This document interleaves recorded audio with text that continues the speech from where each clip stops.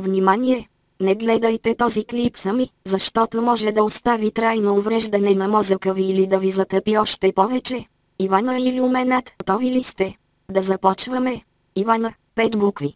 Ивана е проста. Проста има 6 букви. А знаете ли кое още има 6 букви? Точно така. Стефан. Чудите се какво общо има името Стефан с Ивана. Нека да видим. На банкнотите от 20 лева е изобразен Стефан Стамбулов. Ивана обича 20-тачки и си мечтае тя да ги трупа на пачки. А знаете ли кое се римува с пачки?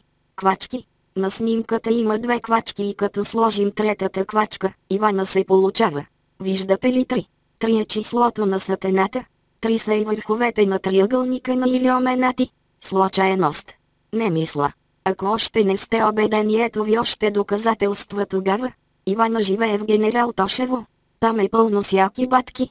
И също така с яки коли. Батки, 5 букви. Коли, 4 букви.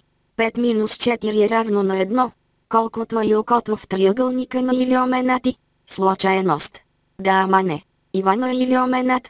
Потвърдено.